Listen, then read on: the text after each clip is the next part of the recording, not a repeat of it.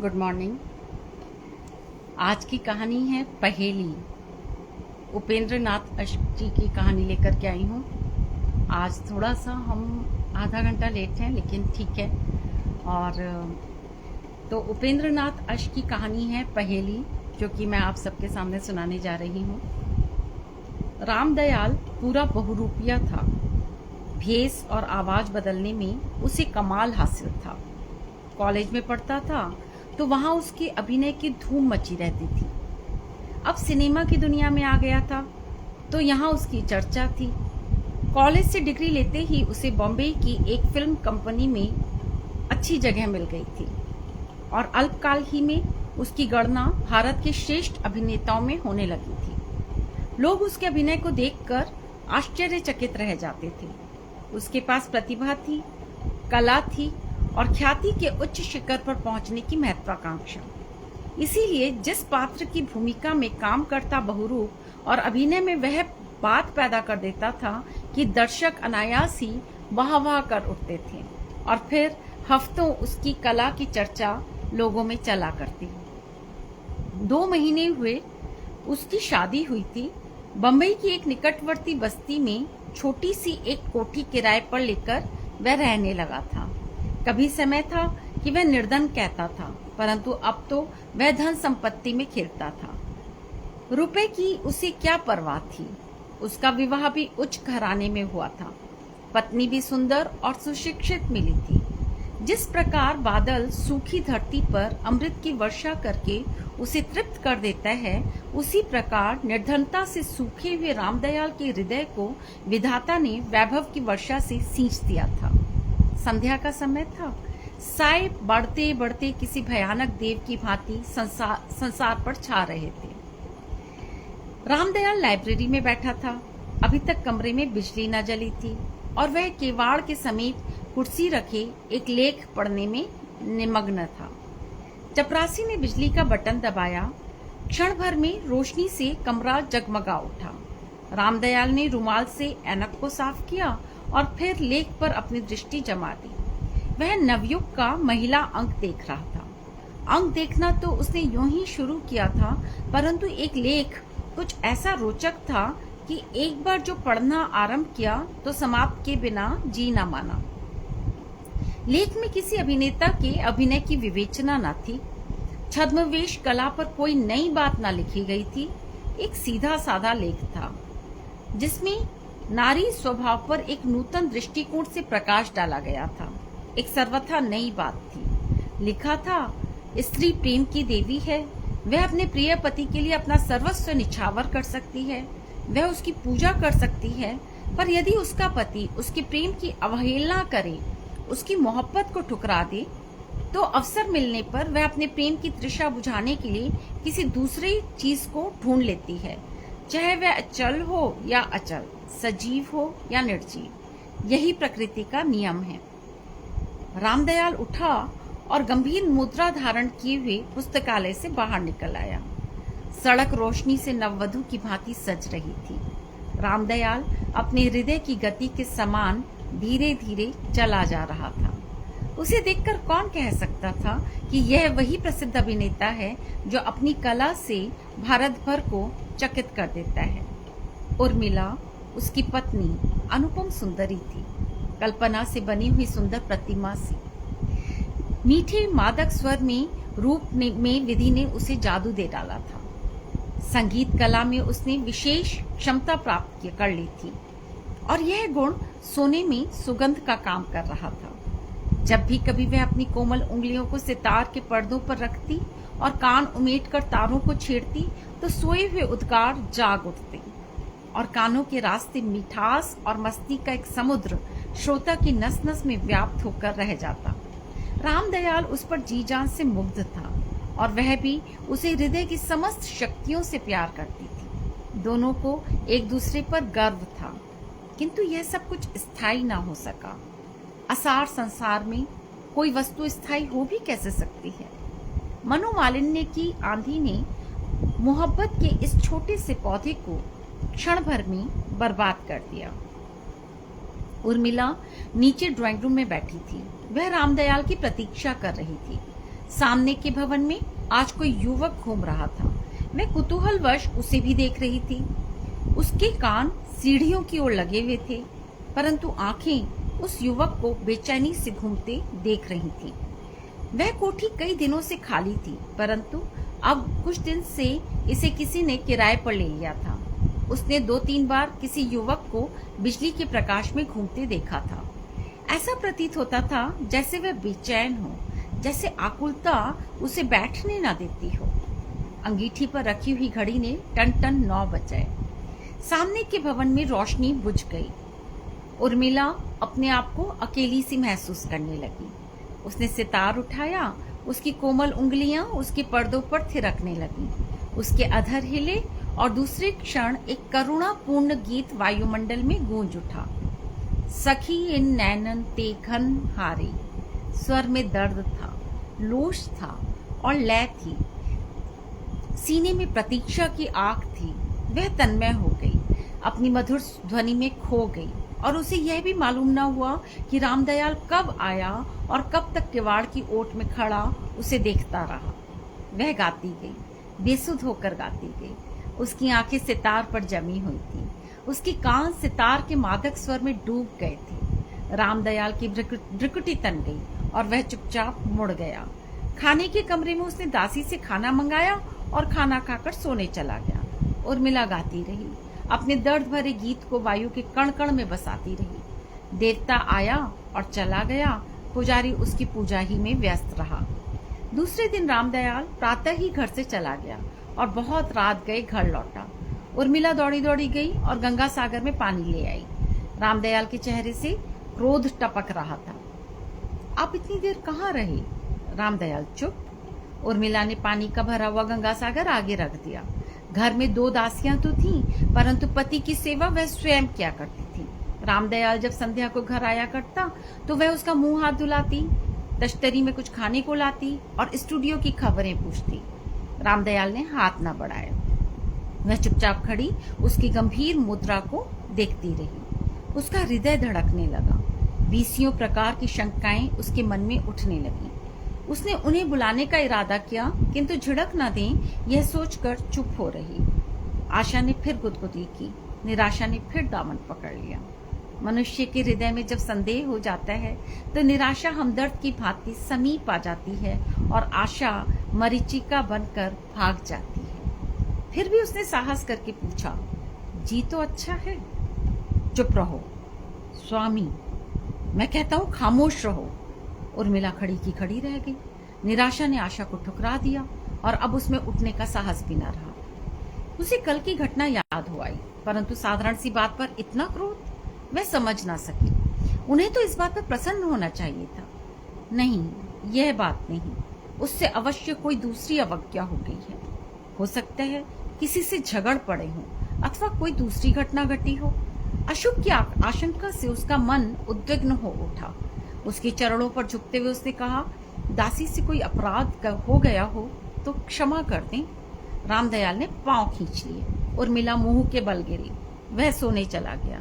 उर्मिला बहुत देर तक उसी तरह बैठी रही और फिर लेटकर धरती में मुंह छिपाकर आंसू बहाने लगी। उसे विश्वास न होता था कि उसके पति ने इतनी सी बात पर उसे नजरों से गिरा दिया है।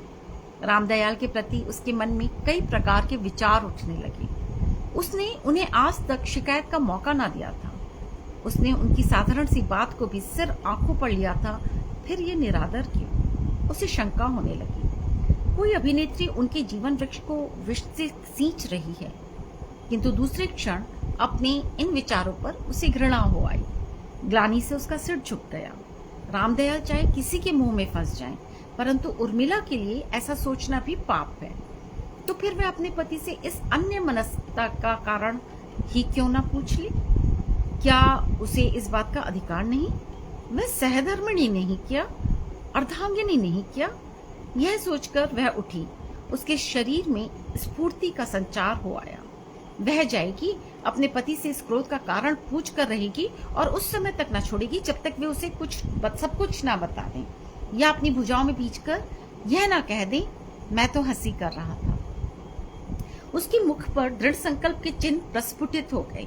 वह उठी और धीरे धीरे रामदयाल के कमरे में दाखिल हुई। वह लेटा हुआ था।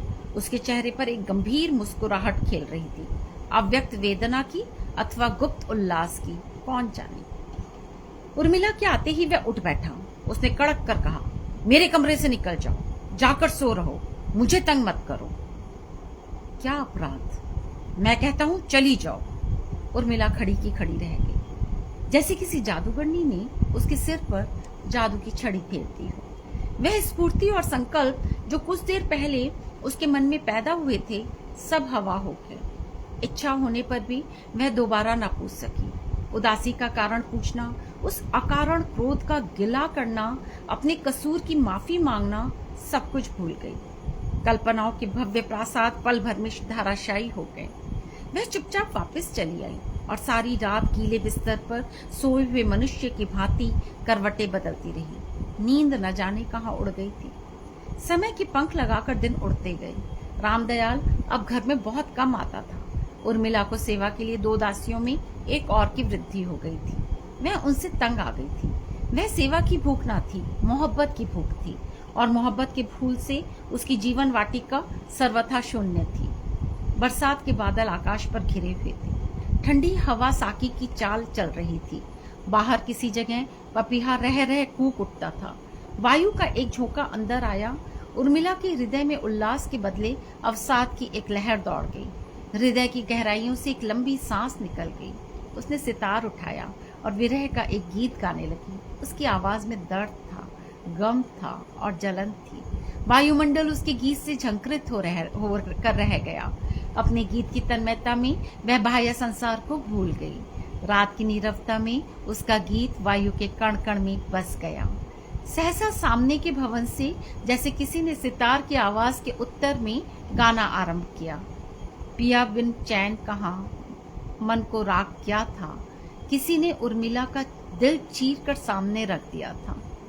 वह अपना गाना भूल गई और तन्मय होकर सुनने लगी। क्या आवाज थी, कैसा जादू था। रूह खींची चली जाती थी। 1 महीने से वहां कोई सितार बजाया करता था, किंतु उर्मिला ने कभी उस ओर ध्यान न दिया था। आज न जाने क्यों उसका हृदय अनायास ही गीत की ओर आकर्षित होता जा रहा था। इच्छा हुई खिड़की में जाकर बैठ जाए, परंतु फिर झिझक गई, उसी तरह जैसे नया चोर चोरी करने से पहले हिचकिचाता है। वह खिड़की से झांकने के लिए उठी। उसे अपने पति का ध्यान हो आया। वह फिर बैठ गई। उसने सितार को उठाया, फिर रख दिया कि गाने वाला ये ना समझ ले कि उसके गीत का उत्तर दिया जा रहा है। उठकर उसने एक पुस्तक ले ली और पढ़ना आरंभ कर दिया, परंतु पढ़ने में उसका जी न लगा। उसे हर पंक्ति में यही अक्षर लिखे हुए दिखाई दिए, पिया बिन चैन कहाँ। मन को उठकर उसने पुस्तक को पिया बिन चैन कहाँ मन को उठकर उसने पुस्तक को फेंक दिया और आराम कुर्सी पर लेट गई। गाने वाला अब भी गा रहा था और गीत उसकी एक एक नस में बहा जा रहा था। विवश होकर वह उठी। उसने सितार को उठाया। तारों में झंकार पैदा हुई। तारों पर उंगलियां थिरकने लगी और वो धीरे धीरे गाने लगी। शनैः शनैः उसका स्वर ऊंचा होता गया, यहाँ तक कि वह बेसुध होकर पूरी आवाज से गा उठी, पिया बिन चैन कहाँ मन। गीत समाप्त हो गया। वायुमंडल के कण कण पर छाया हुआ जादू टूट गया। वह जल्दी से उठकर खिड़की में चली गई। उसने देखा युवक सितार पर हाथ रखे उसका गाना सुन रहा है। उसके शरीर में सनसनी दौड़ गई, विजय की सनसनी। उस समय वह रामदयाल, उसकी मोहब्बत, उसकी जुदाई, सब कुछ भूल गई। उसके हृदय में, उसके मस्तिष्क में केवल एक ही विचार बस गया, उसने दूसरे रागी को मात कर दिया है। इसके बाद प्रतिदिन दोनों ओर से गीत उठते और वायुमंडल में बिखर जाते। 2 दुखी आत्माएं संगीत द्वारा एक दूसरे से सहानुभूति प्रकट करती। दिल के दर्द गीतों की जबान से एक दूसरे को सुनाए जाते। 1 महीना और बीत गया। कंपनी एक नई फिल्म तैयार कर रही थी और इन दिनों रामदयाल को रात में भी वहीं काम करना पड़ता था। कई रातें वह कंपनी के स्टूडियो में ही बिता देता। इतने दिनों में वह केवल एक बार घर आया था। उर्मिला का दिल धड़क उठा था। पहली धड़कन और इस धड़कन में कितना अंतर था। पहले वह इस डर से कांपती थी कि रामदयाल कहीं उससे रुष्ट न हो जाए। अब वह इस भय से मरी जाती थी कि कहीं उसके दिल की बात ना जान ले, कहीं वह रात भर रहकर उनके प्रेम संगीत की में बाधा ना डाल दे। अक्टूबर का अंतिम सप्ताह था। रामदयाल घर आया। उर्मिला उसके मुख की ओर देख भी ना सकी, उसके सामने भी ना हो सकी। रामदयाल ने उसे बुलाया भी नहीं। वह राजी से केवल इतना कहकर गया, मैं अभी एक महीने तक घर ना आ सकूंगा। चित्रपट के कुछ दृश्य खराब हो गए हैं, उन्हें फिर दोबारा लिया जाएगा। जब वह चला गया तो उर्मिला ने सुख की एक सांस ली। उसके हृदय से एक बोझ उतर गया। वह कोई ऐसा हमदर्द चाहती थी जिसके सामने वह अपना प्रेम भरा दिल खोल कर रख दे। रामदयाल वह नहीं था, उस तक उसकी पहुंच नहीं थी। पानी ऊंचाई की ओर नहीं जाता, निचाई की ओर बहता है। इतना सुंदर लिखा है। रामदयाल ऊंची जगह खड़ा था और गाने वाला नीची जगह। उर्मिला का हृदय अनायास उसकी ओर बह चला। उस दिन उर्मिला ने एक मीठा गीत गाया जिसमें उदासीनता के स्थान पर उल्लास हिलोरे ले रहा था। अब वह कमरे में बैठकर गाने के बदले बाहर बरामदे में बैठकर गाना गाया करती थी। दोनों की तानें एक दूसरे की तानों में मिलकर रह जाती। उनके हृदय कब के मिल चुके थे। संध्या का समय था। उर्मिला वाटिका में घूम रही थी। उसकी आंखें रह रहकर सामने वाले भवन की ओर उठ जाती थी। उस समय वह चाहती थी कहीं वह युवक उसकी वाटिका में आ जाए और वह उसके सामने दिल के समस्त उद्गार खोलकर रख दे। वह अकेला ही था, यह उसे ज्ञात हो चुका था, किंतु कभी उसने दिन के समय उसे वहां नहीं देखा था। अंधेरा बढ़ चला था और डूबते हुए सूरज की लाली धीरे धीरे उसमें विलीन हो रही थी। ठंडी बयार चल रही थी, प्रकृति झूम रही थी और उर्मिला के दिल को कुछ हुआ जाता था। कुछ गुदगुदी सी उठ रही थी। वह एक बेंच पर बैठ गई और गुनगुनाने लगी। धीरे धीरे ये गुनगुनाहट गीत बन गई और वह पूरी आवाज से गाने लगी। अपने गीत की धुन में वह मस्त गाती गई। वाटिका की फसील के दूसरी ओर से किसी ने धीरे से कंधे को छुआ। उसके स्वर में कंपन पैदा हो गया और वह सिहर उठी। आप तो खूब गाती हैं। बैठे बैठे उर्मिला ने देखा कि वह एक सुंदर बलिष्ठ युवक था। छोटी छोटी मूछें ऊपर को उठी हुई थीं। बाल लंबे थे और बंगाली फैशन से कटे हुए थे। गले में सिल्क का एक कुर्ता था और कमर में धोती। उर्मिला ने कनखियों से युवक को देखा। दिल ने कहा भाग चल, पर पांव वहीं जम गए। पंछी जाल के पास था, दाना सामने था। अब फंसा कि अब फंसा। आपके गले में जादू है। उर्मिला ने युवक की ओर देखा और मुस्कुराई। वह भी मुस्कुरा दिया। बोली, यह तो आपकी कृपा है। नहीं, मैं तो आपके चरणों में बैठकर मुक्त सीख सकती हूँ। वह हंसा। आप अकेले रहते हैं? हाँ। और आपकी पत्नी? वह एक फीकी हंसी हंसा। मेरी पत्नी कहाँ है? इस संसार में सर्वथा एकाकी हूँ, मोहब्बत से ठुकराया हुआ। यहाँ आ गया हूँ, कोई मुझे पूछने वाला नहीं, कोई मुझसे बात करने वाला नहीं। युवक के स्वर में कंपन था। उर्मिला ने देखा उसका मुख पीला पड़ गया है और अवसाद तथा निराशा की एक हल्की सी रेखा वहां साफ दिखाई दे रही है। उसके हृदय में सहानुभूति का समुद्र उमड़ पड़ा और उसकी आंखें डबडबा आईं। वह दीवार फांद कर बेंच पर आ बैठा। उर्मिला अभी तक बैठी ही थी, उठी न थी। वह तनिक खिसक गई, किंतु उठने का साहस अब उसमें नहीं था। युवक ने उसका हाथ अपने हाथ में ले लिया। उर्मिला के शरीर में सनसनी दौड़ गई। उसने हाथ छुड़ाना चाहा। युवक की आंखें सजल हो गईं। उसका हाथ वहीं का वहीं रह गया। वह फिर बोला, मेरा विचार था मैं यहाँ आकर एकांत में गाकर अपना दिल बहला लिया करूंगा। मेरे पास धन और वैभव का अभाव नहीं, परंतु उससे मुझे चैन नहीं मिलता, हृदय को शांति प्राप्त नहीं होती। इसीलिए मैं सितार बजाता था। उसकी मनमोहक झंकार मेरे चंचल मन को एकाग्र कर देती थी। उसमें मुझे अपार शांति मिलती थी। परंतु अब तो सितार भी बेबस हो गया है, वह भी मुझे शांत नहीं कर सकता। मेरी शांति का आधार अब मेरे सितार बजाने पर नहीं रहा। उर्मिला सब कुछ समझ रही थी। उसने फिर हाथ छुड़ाने का प्रयास किया। युवक ने उसे नहीं छोड़ा और विद्युत वेग से उसे अपने प्यासे होठों से लगा लिया। उर्मिला के समस्त शरीर में आग सी दौड़ गई। उसने हाथ छुड़ा लिया और भाग गई। फिर कब दर्शन होंगे? उर्मिला ने कुछ उत्तर नहीं दिया। वह अपने कमरे में आ गई और पलंग पर लेटकर रोने लगी। पक्षी जाल में फंस चुका था और अब मुक्त होने के लिए छटपटा रहा था। कितनी देर तक वह लेटे लेटे रोती रही। उसे रह रहकर अपने पति की निष्ठुरता का ध्यान आता था। आत्मग्लानि से उसका हृदय जला जा रहा था। वह इस मार्ग को छोड़ देना चाहती थी। पश्चाताप की आग उसे जलाए डालती थी। वह चाहती थी उसका पति आ जाए, उसके पास बैठे, उससे प्रेम करे और वह उसके चरणों में बैठकर इतना रोए कि उसका पाषाण हृदय पानी पानी हो जाए। उठकर वह रामदयाल के पुस्तकालय में गई। एक छोटी सी मेज पर एक कोने में उसके पति का एक फोटो चौखटे में जड़ा रखा था। उसने उसे उठाया, कई बार चूमा और उसकी आंखों से आंसू बह निकले। रामदयाल के पैरों की चाप से उसके विचारों का क्रम टूट गया। वह उठी और सच्चे हृदय से उसका स्वागत करने को तैयार हो गई। उस समय उसका मन साफ था। विशुद्ध प्रेम का एक सागर वहां उमड़ा आ रहा था, जिसके पानी को पश्चाताप की आग ने स्वच्छ और निर्मल कर दिया था। वह रसोई घर से पानी ले आई और रामदयाल के सामने जा खड़ी हुई। उसकी आंखें सजल थीं और मन आशा के तार से बंधा डोल रहा था। उसने देखा रामदयाल ने उसके हाथ से गिलास लेकर मुंह धो लिया और फिर उसे कुछ नाश्ता लाने को कहा, और जब वह मिठाई ले आई तो रामदयाल ने तश्तरी लेने के बदले उसे अपनी भुजाओं में लेकर उसके मुंह में मिठाई का एक टुकड़ा रख दिया। निमिष भर के लिए उसके मुख पर स्वर्गीय आनंद की ज्योति चमक उठी। उसने सिर उठाया, देखा रामदयाल उसी तरह बैठा है और वह उसी तरह गिलास लिए खड़ी है। आशा का तार टूट गया। मादक कल्पना हवा हो गई। सत्य सामने था। कितना कटु, कितना भयानक। रामदयाल ने इशारे से उसे चले जाने को कहा। वह चुपचाप पुतली की भांति चली आई, मानो वह सजीव नारी ना होकर अपने आविष्कारक के संकेत पर चलने वाली एक निर्जीव मूर्ति हो। अपने कमरे में आकर उसने पानी का गिलास अंगीठी पर रख दिया और धरती पर लौट कर रोने लगी। धरती में मूक और ठंडी धरती में उसे कुछ आत्मीयता का आभास हुआ।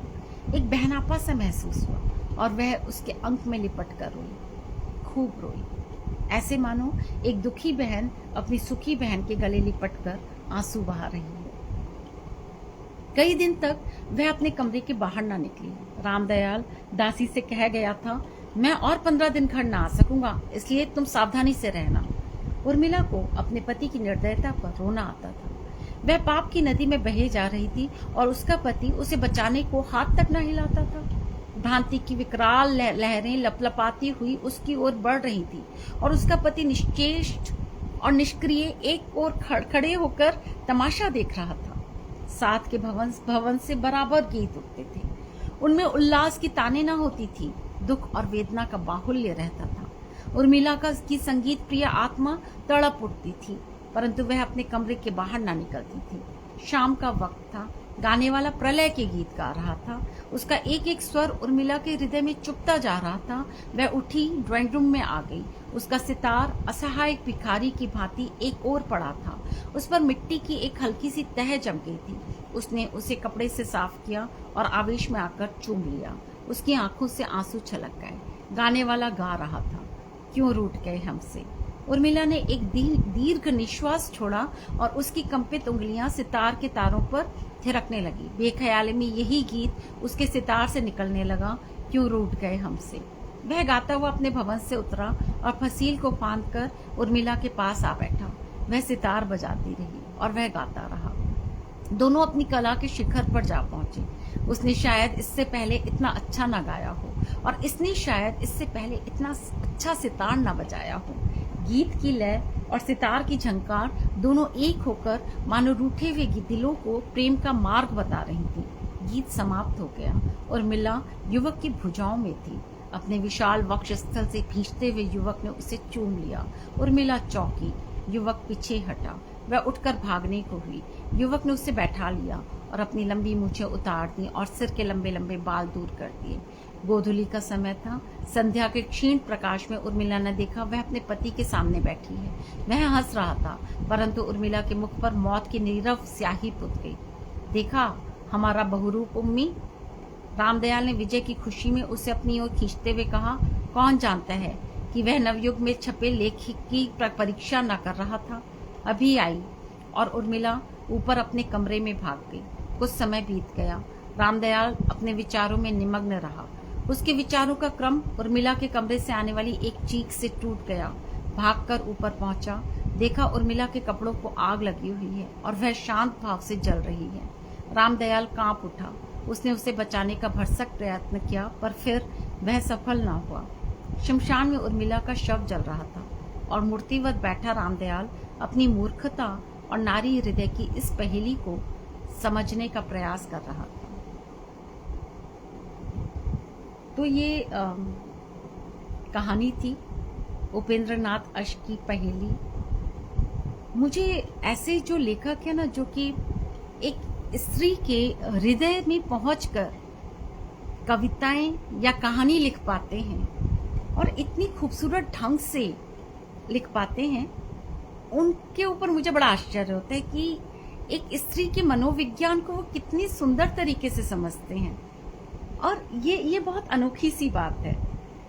तो एक कविता है जो कि मैं तो स्त्री हूँ, मेरे लिए लिखना आसान है एक स्त्री की भावनाओं के ऊपर। तो मैं एक कविता कुछ इसी कहानी से मिलती जुलती मैंने लिखी थी, तो मैं देख रही हूँ अगर मिल जाती है अभी तो मैं आपको सुनाती हूँ।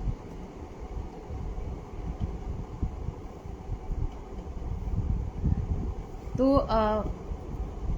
वो कविता कुछ ऐसी थी कि कब निकलना चाहती है स्त्री प्रेम के पाश से। तो लेकिन उसमें यही था कि एक परिधि होती है स्त्री की, लेकिन जब उपेक्षा मिलती है स्त्री को तो वो परिधि तोड़ करके बाहर निकल जाती है। तिरस्कार मिलता है तो स्त्री नहीं सह पाती। तो ये एक स्त्री का मनोविज्ञान होता है। और जिसको हम फिर कहते हैं चरित्रहीन है, इसका तो कोई चरित्र ही नहीं है, लेकिन किसी को पता नहीं है ना कि, और इसका कोई इलाज ये भी नहीं है कि हर कोई चरित्रहीन हो जाए या कोई परिधि को छोड़ करके बाहर निकल जाए। लेकिन जो ये वर्ष दर वर्ष जो ये उपेक्षा होती है, ये जो तिरस्कार होता है, कोई अपने घर की बात थोड़ी ना बाहर किसी को इतना बता पाता है। किसी को क्या पता कि चार दीवारी के अंदर एक स्त्री के साथ क्या होता है। स्त्री अपना सब कुछ छोड़ करके आती है, अपने माता पिता, अपना मायका, और वो तो ससुराल वालों को भी इतना नहीं जानती। वो सिर्फ एक उम्मीद पर आती है कि उसका पति उसे बहुत प्यार करेगा। सिर्फ एक उम्मीद पे वो स्त्री जिंदा रहती है। बहुत खूबसूरत कहानी थी पहेली उपेंद्रनाथ अश्क की। सुनने के लिए धन्यवाद, आप सभी का जुड़ने के लिए धन्यवाद। सुरेंद्र नारायण सराफ जी देख रहे थे, सरिता, और जिन लोगों ने शुरू से नहीं सुनी तो एक बार और शुरू से सुनिएगा कहानी, तभी आप इस स्त्री पात्र को समझ पाएंगे कहानी की। सरिता छाबरा कपूर जी नमस्कार, डॉक्टर उमेश चंद्र श्रीवास्तव जी, वीना कुमार जी, रजनी कपूर जी, मृदुला बख्शीनाथ जी, वीना, बहुत बहुत धन्यवाद आप सभी का जुड़ने के लिए। व्यास चंद्रा जी, आप सब जुड़े थे और सुन रहे थे, बहुत धन्यवाद, थैंक यू। कल फिर मिलते हैं।